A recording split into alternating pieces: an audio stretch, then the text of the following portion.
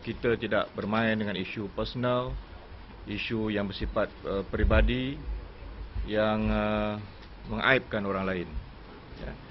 Saya nak bagi contoh, kalau Tan Sri Muhyiddin Yassin dan pimpinan UMNO mahu definisi yang tepat tentang isu peribadi ini adalah bagaimana mereka dalam buletin online semasa PRK Galas telah menuduh calon PAS pada waktu itu berkhalwat, berkesedudukan.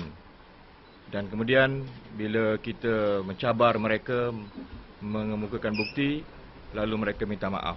Itu contoh isu peribadi, serangan peribadi.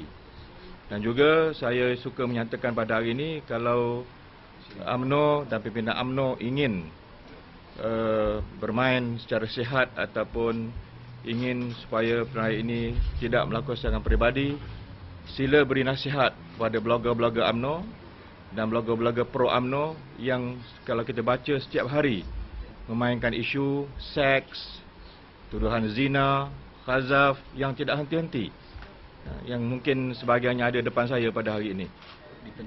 Di Tenang ini yang mereka berkumpul setiap malam, isi kandungan blog mereka adalah mengaibkan orang, termasuklah apa yang mereka cuba lakukan pada calon kita, isu rumah tangganya yang cuba dibongkar, dan malah menuduh pimpinan PAS dan juga beberapa orang PAS melakukan perkara-perkara yang mengaibkan seperti zina dan seumpamanya.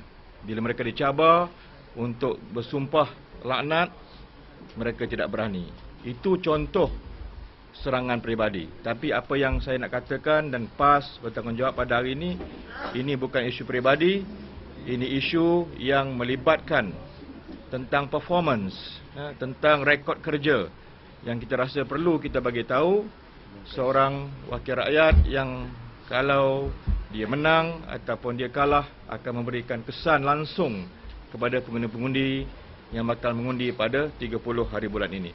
Sukacita dimaklumkan bahawa apa yang PAS ingin dedahkan dalam kegiatan akhbar hari ini tidak sama sekali tergolong dalam satu serangan peribadi calon UMNO. Sebaliknya, apa yang kami ingin dedahkan adalah menyentuh isu integriti dan kelayakan calon UMNO bagi mewakili rakyat di Don Tenang.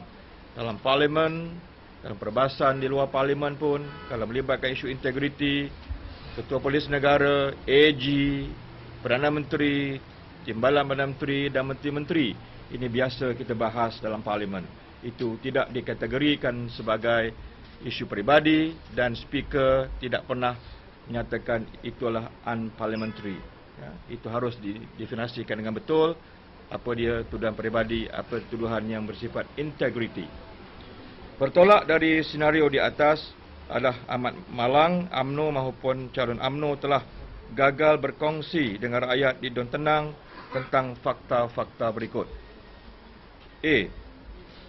Bukankah kerana kecuaian dan kelalaian calon UMNO yang pernah diamanahkan menjawat jawatan penolong tadbir Tanah Daerah Segamat, pentadbir Tanah Daerah Segamat telah disaman pada tahun 2004 oleh Saudara Mansur bin Muhammad yang di sebelah saya ini, di sebelah kanan ini, di Mahkamah Tinggi Muar melalui saman formula nombor 24 dalam kurungan L-674-2004 berkaitan kes siasatan hartanah HS dalam kurungan M535 lot 2091 Mukim Jabi, daerah Segamat yang dijalankan dikendalikan oleh calon UMNO ini pada 18 hari bulan September tahun 2003.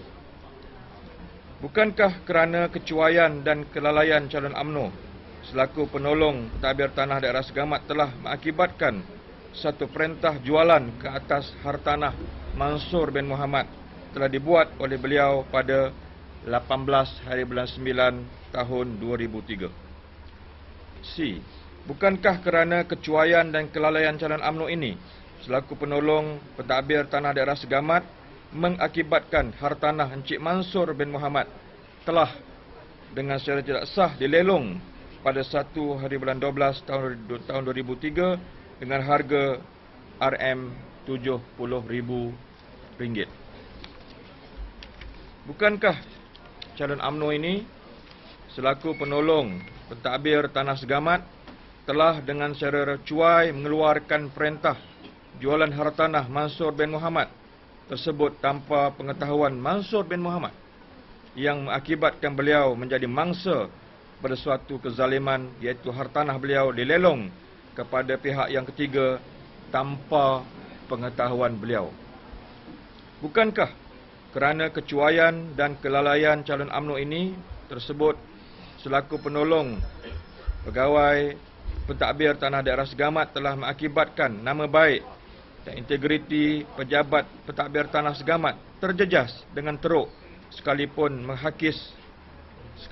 menghakis keyakinan rakyat kepada ketulusan pejabat Tanah Daerah Segamat mengurus dan mengendalikan hartanah rakyat ini.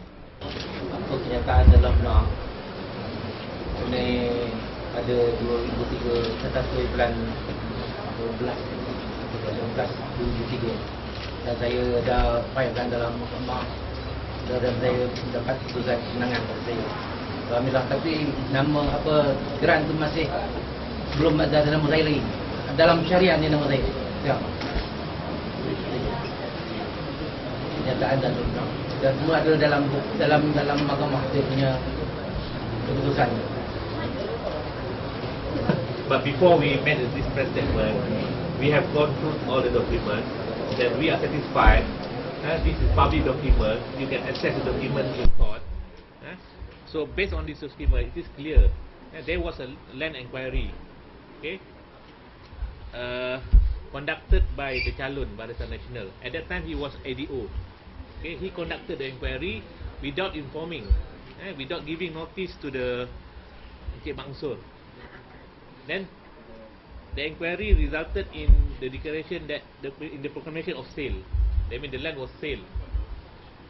And when the land want to be auctioned off, yet another failure by the calon Barisan Nasional to inform him, so that he has got opportunity to rebuy the land or to repurchase the land. So because of that, he filed a saman pemula. So he named pentadbir tanah. Because this is matter of what do you call it, legal identity, you have to name the pentadbir tanah. Whereas the inquiry was conducted by the calon Barisan Nasional as ADO. So he filed a suit, he won. The court declared that the auction was void. Okay? Then the land was to be returned to him. In fact, I was told by Encik Mansur, he tried to repurchase the land. He met dia jumpa dengan calon kan semasa ADO, begging him, please jangan jual tanah saya. Despite that,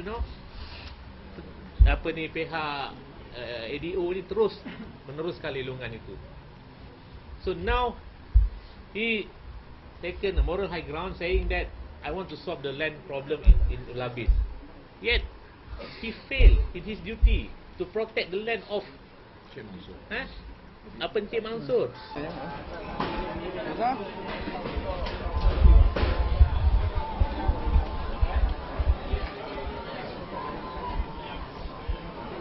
Tanya. InsyaAllah.